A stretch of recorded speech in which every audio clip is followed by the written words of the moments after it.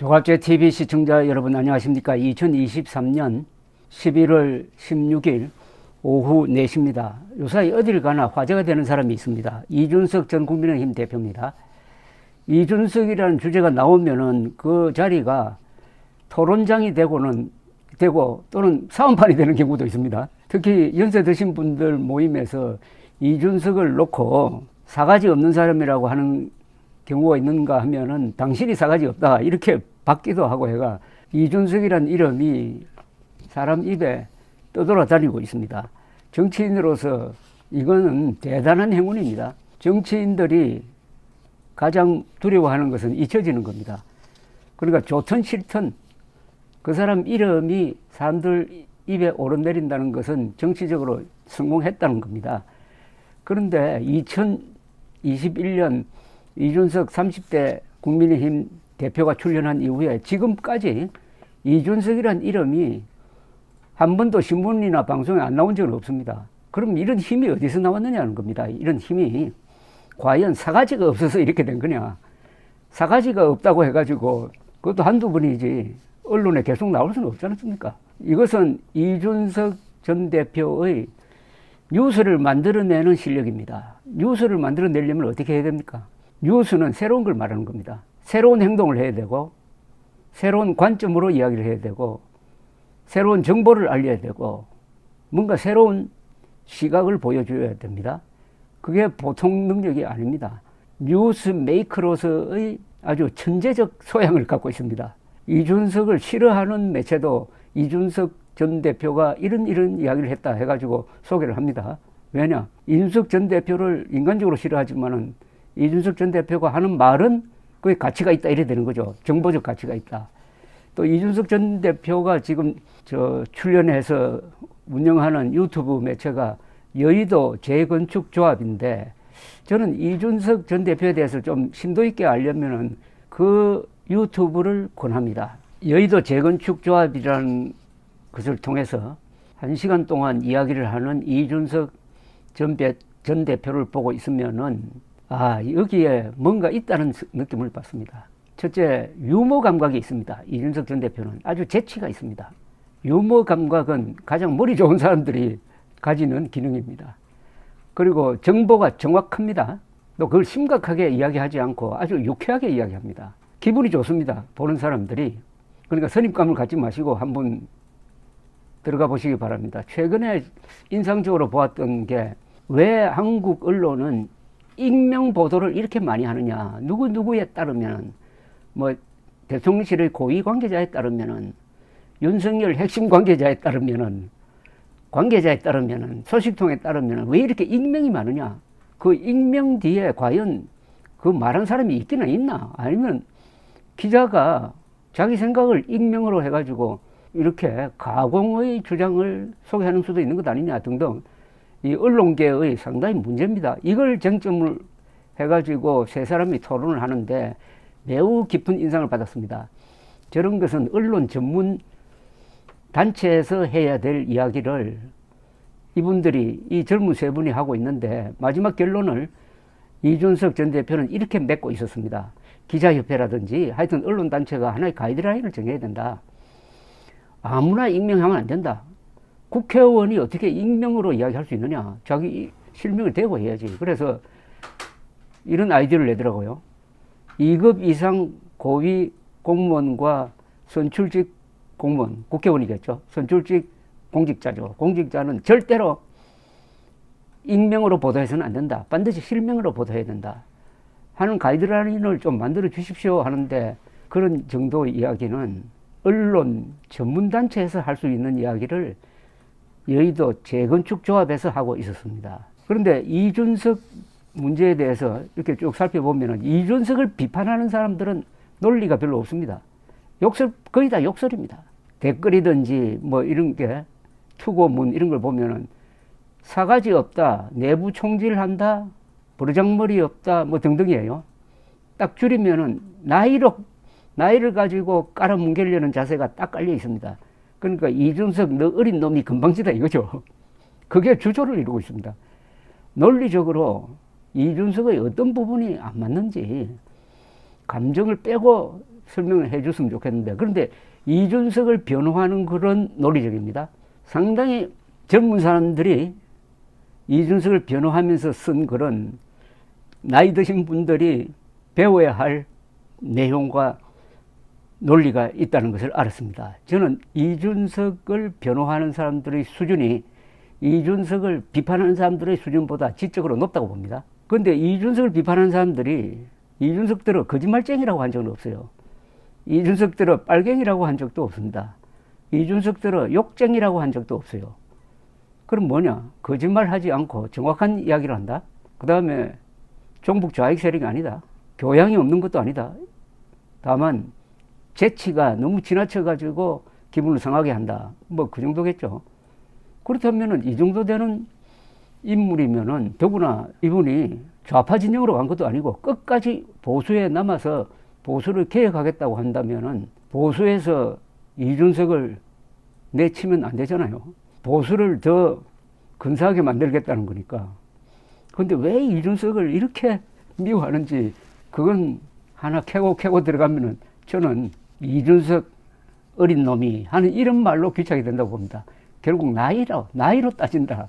보수가 나이로 따지기 시작하면 그때부터는 논리가 없다는 거죠. 근데 이런 고민을 진지하게 담아서 조선일보 김창균 기자가 오늘 칼럼을 하나 썼어요. 조선일보에. 참 고민을 가지고 쓴 겁니다. 고민을 가지고 쓴 건데 제목이 이준석이라는 어린 놈입니다. 이준석이라는 어린 놈의 이 칼럼은 요약하면 이런 겁니다. 10살 차 한동훈 장관 금방지다는 송영길의 낡은 꼰대라고 비웃으며 이준석의 싸가지 매도에는 나이 벼슬 작용한 것 아닌가? 여당입니다. 여당이 이가 밉다고 집단 린치 2030의 실망감 잃고 있나? 요약이 이겁니다. 그래서 이 글을 소개를 해드리겠습니다. 김창중 칼럼입니다. 이준석 플랫폼에 올라타는 2030 야 경선이 결승전 되나? 문 정권의 반칙과 특권이 젊은 매력 보수 불러냈다. 2021년 초여름 정치권을 강타하고 있던 이준석 돌풍을 응원했던 두 편의 칼럼 제목이다. 진심으로 이준석이 한국 정치의 희망이라고 믿었다. 이 대표가 쉰내나고 숨막히는 보수 정당에 청량한 새바람을 몰고 오면 수십 년 586 운동권 프레임에 갇혀 있는 진보 정당도 변화가 불가피할 것이라고 기대했다.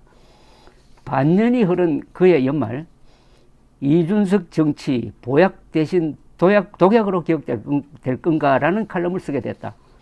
석 달 앞으로 다가온 대선 판세가 오락가락하는 긴박한 국면에서 이 대표의 내부 총질에 화가 난 보수 지지층의 심정을 담았다. 그로부터 또 반년이 흘렀을 무렵 자해로 무너진 이준석, 그를 짓밟는 보수의 자해라는 칼럼을 썼다. 정치 초우량주로 꼽히던 이 대표가 고속도로처럼 펼쳐져 있던 자신의 정치적 장래를 스스로 뭉갠 것도 안타깝지만 이 대표를 상대로 분풀이 정치를 하며 윤석열 대통령을 0.73%포인트 차로 당선시킨 2030과 6070의 세대연합을 허무는 국민의힘도 한심하다고 지적했다. 정치인 이준석이라는 똑같은 소재로 불과 1년 사이에 주제가 오락가락하는 칼럼을 썼던 셈이다. 저도 비슷합니다. 이분처럼 이준석을 보는 시각이 자주 바뀌었다는 이야기죠. 그때까지만 해도 이준석 대표의 성품을 진작에 파악 못한 점은 잘못이지만 그럼에도 불구하고 윤 대통령이 그를 품고 가는 큰 정치를 해야 한다는 판단에는 변함이 없었다. 그러나 이후에도 이 대표의 싸가지 없는 발언이 끊임없이 이어지면서 그에 대한 인내심에도 한계가 왔다. 대통령에게 이준석을 한 번 더 포용하라고 권할 자신이 없어졌다. 최근 연이어 불거진 이 전 대표의 미스터 린턴 발언과 안철수 씨 조용하세요 일화가 이런 심정을 더욱 굳히게 만들었다. 이준석 집단 매도에 대한 동참 결심을 급작스레 흔든 것은 송영길 민주당 전 대표의 한동훈 이 어린 놈이라는 발언 파문이었다. 자신들은 30대부터 젊은 피 수혈이라는 특혜 코스로 정치 기득권층에 진입한 후 20년 넘게 부와 명예를 동시에 누려온 사람들이 50세 장관을 10살 차 나이 벼슬로 찍어 누르려는 행태가 우습게 짝이 없었다. 그런데 문득 나를 포함한 꼰대 세대가 이준석 전 대표를 비난하는 논거도 결국 이 어린 놈이 프레임과 다른 것인가 라는 불안감이 고개를 쳐들었다. 지난 대선 승부의 분수령이 된 장면 중 하나로 꼽히는 것이 2022년 1월 6일 국민의힘 의원총회에서 윤석열 후보와 이준석 대표가 다시 손을 잡은 대목이었다. 윤 후보가 이준석에 대한 분노가 임계점을 넘었다는 일반의 예상을 깨고 다시 그를 포용한 것이다. 이날 이 대표는 자신이 모는 자동차에 윤 후보를 모시고 다음 일정 장소로 이동하면서 자신이 정치는 더 선배라면서 이런저런 훈수를 두었다고 한다. 이 순간 윤 후보가 더 이상은 이 자식과 안 되겠다고 결심을 굳혔다는 후문이다. 필자도 이 일화를 전해 듣고 이준석에 대해 절망감을 느꼈었다. 그런데 만일 이준석이 윤 후보보다 나이가 10살쯤 많은 연배였다면 윤 후보도 필자도 같은 반응을 보였을까? 이준석과 이준석을 대하는 국민의힘에 대해 어떻게 생각하느냐고 물었더니 30대 여성이 이런 답을 보내왔다. 필자와 비슷한 연배의 조선일보 독자들에게는 이준석 사태를 바라보는 2030 세대의 관점을 이해하는 데 도움이 될까 싶어 일부분을 옮겨 적는다. 이준석이 더 잘할 수 있는 방법이 있었는데, 이건 30대 여성이 보내온 글을 인용하고 있습니다. 이준석이 더 잘할 수 있는 방법이 있었는데 젊은 사람에게 정치를 바꿀 수 있는 흔치 않은 기회가 주어졌는데 그 동력을 스스로 소진하고 있는 것 같아 아쉽다. 이준석이 말 못되게 하는 것도 인정한다. 그런데 우리도 정치인들 보면 솔직히 좋은 말이 안 나온다.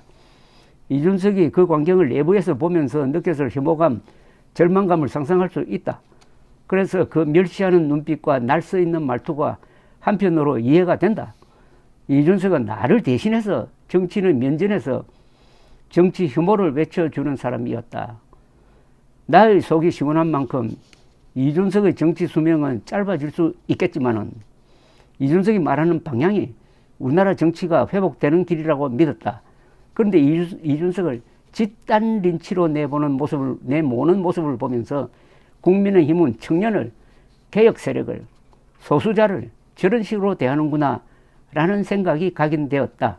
성상납이라는 그럴듯한 명분을 뒤집어 씌웠다고 착각하겠지만 사람들은 윤석열과 국힘 할배들이 이준석 꼴보기 싫어서 내쫓았다는 것을 잘 알고 있다. 여러분들이 어떤 입장인지 뭐 각자 다르겠지만은 김창중 칼럼 이준석이란 어린 놈, 이준석 뭐 이제 곧 40입니다만은 이준석 전 대표를 바라보고 평할 때 나이로 가지고 따지는 것 아니냐 하는 점검을 스스로 한번 해볼 기회가 있다는 거죠. 기회가 있어야 된다는 거죠. 나이를 가지고 송영길 씨가 10살 아래인 한동훈 장관을 건방진 놈, 어린 놈이라고 했듯이 나이를 가지고 이준석 전 대표를 사가지, 버르장머리 운운하고 있다면은 나는 결국 송영길 같은 사람 아니냐.